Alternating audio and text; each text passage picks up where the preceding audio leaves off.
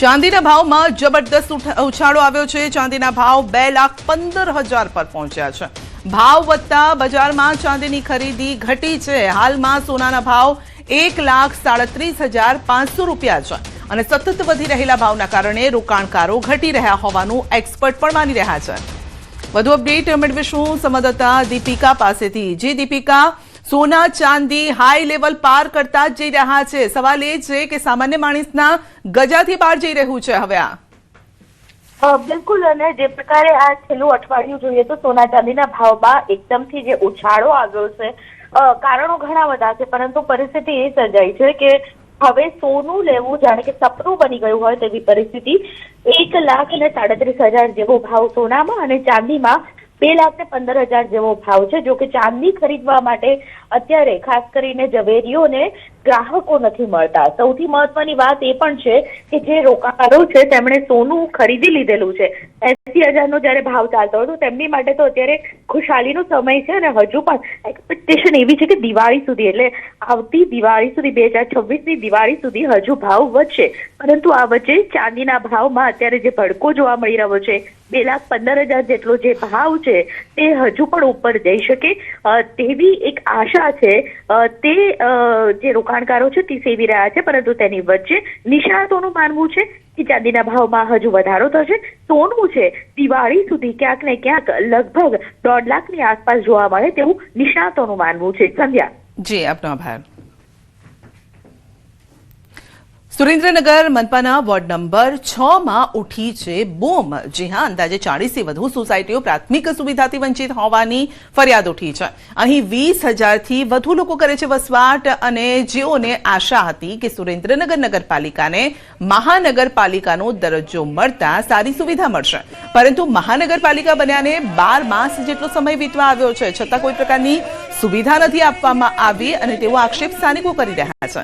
આ મામલે અનેકવાર રજૂઆત કરવા છતાં તંત્ર દ્વારા માત્ર ખોટા આશ્વાસન આપ્યા હોવાના આક્ષેપ થયા છે અને ત્યારે આમ આદમી પાર્ટી દ્વારા મનપા તંત્રને જગાડવા માટે અનોખી રીતે વિરોધ પ્રદર્શન કરાયું। સુરેન્દ્રનગરની જનતા જે છે એ દરેક સમસ્યાઓથી ત્રાહિમામ છે। રોડ હોય, રસ્તા હોય, પાણી હોય, ગટર હોય, વરસાદના પાણીનો નિકાલ, તમામ બાબતેથી હેરાન છે, પરેશાન છે। તો આજે અમે લોકોને પ્રેરિત કરવા માટે અને સુરેન્દ્રનગરની અંદર બદલાવ લાવવા માટે 20,000 જેટલા બેનરો બનાવી અને લોકોની અંદર જાહેર અસુવિધાનું પ્રદર્શન કર્યું છે। અને આ 6 નંબરના વોર્ડની અંદર તમામ પ્રકારની પ્રાથમિક સુવિધાઓનો અભાવ છે અને આ અભાવ બાબતે આમ આદમી પાર્ટી વતી અનેક વખત આંદોલનો કર્યા, અનેક વખત ધરણા કર્યા, રેલી કરી, પ્રદર્શન કરી, ઉપવાસ કર્યા, ત્યાં સુધી કે તેમના મિનિસ્ટરોના કાન સુધી અવાજ પહોંચાડવા માટે પ્રયાસો કર્યા। ગાંધીનગરના મહાત્મા મંદિર કન્વેન્શન હોલ ખાતે દીક્ષાંત સમારોહ અને વિશ્વ ધ્યાન દિવસની ઉજવણી। ગુજરાત યોગ બોર્ડના યોગ કોચ અને યોગ ટ્રેનરનો દીક્ષાંત સમારોહ, જેમાં સીએમ ભૂપેન્દ્ર પટેલ ઉપસ્થિત રહ્યા। ગુજરાત રાજ્ય યોગ બોર્ડ અને હિમાલય સમર્પણ મેડિટેશનના સંયુક્ત ઉપક્રમે આયોજન કરાયું। કાર્યક્રમમાં સંબોધન કરતા સીએમએ કહ્યું છે કે યોગ અને ધ્યાન બંનેથી શારીરિક શક્તિ અને માનસિક શક્તિ વધે છે। આધુનિક જીવનમાં યોગ અને ધ્યાન બંનેની જરૂરિયાત છે। યોગ અને ડાયટ વડે મેં પણ 1.5 ઇંચ જેટલો કાબુ મેળવ્યો છે અને ભારત વિશ્વને આધ્યાત્મિક માર્ગદર્શન આપનારો દેશ બન્યો છે। ત્યારે પીએમ મોદી તેના પ્રણેતા છે અને જેઓ વિશ્વને યોગ, પ્રાણાયામ અને ધ્યાનનો મેસેજ આપ્યો છે। યોગ અને ધ્યાનને જન જન સુધી પહોંચાડવા જન આંદોલન બનાવવા મુખ્યમંત્રીની અપીલ છે।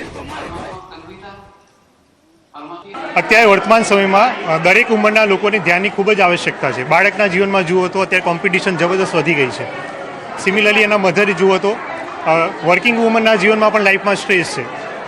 એઝ અ હ્યુમન માણસનો એક સ્વભાવ બની ગયું છે કે બહુ બધા વિચાર કરવાનો। તો આજના વિચારોના પ્રદૂષણના જમાનામાં ધ્યાનનું ખૂબ જ મહત્ત્વ છે, ખાસ કરીને તમારા માનસિક સ્વાસ્થ્ય માટે અને તમારી આધ્યાત્મિક પ્રગતિ માટે। અમદાવાદમાં વર્લ્ડ મેડિટેશન ડેના દિવસે રચાયો ઇતિહાસ। અમદાવાદના યુનિવર્સિટી ગ્રાઉન્ડમાં બ્રહ્માકુમારી સંસ્થાના આયોજનમાં 60,000થી વધુ લોકોએ સામૂહિક રાજયોગ ધ્યાન કરીને વર્લ્ડ રેકોર્ડ બનાવ્યો છે. સાંજના 4 થી 8 વાગ્યા સુધી ચાલેલા આ કાર્યક્રમમાં દેશ વિદેશના લોકો જોડાયા હતા. તો શ્વેત વસ્ત્રોમાં ઉપસ્થિત હજારો સાધકોના કારણે સમગ્ર માહોલ શાંતિ, આધ્યાત્મિક ઉર્જાથી છલકાઈ ગયો. બ્રહ્માકુમારી સંસ્થાના 60 વર્ષ પૂર્ણ થવાના અવસરે યોજાયેલા આ કાર્યક્રમમાં યોગ અને ધ્યાન દ્વારા જીવનમાં સકારાત્મક પરિવર્તનનો સંદેશ અપાયો. 60,000 એ ભાઈ બહેનો છે કે જેઓએ રાજયોગ દ્વારા, ધ્યાનાભ્યાસ દ્વારા મૂલ્યોના પોતાના જીવનમાં ધારણ કર્યા છે. સુખ, શાંતિ, પ્રેમ, આનંદ, દિવ્યતા, સત્યતા, પવિત્રતા જેવા 7 મૂલ્યોથી તેમણે તેમનું જીવનને પરિવર્તન કર્યું છે, જીવનને નિર્વ્યસની બનાવ્યું છે, જીવનને વિકારોથી મુક્ત બનાવ્યું છે. આજે સમૂહમાં 60,000 ભાઈ બહેનોએ ધ્યાનાભ્યાસ કરીને સમગ્ર વિશ્વની અંદર શાંતિના પ્રકંપોને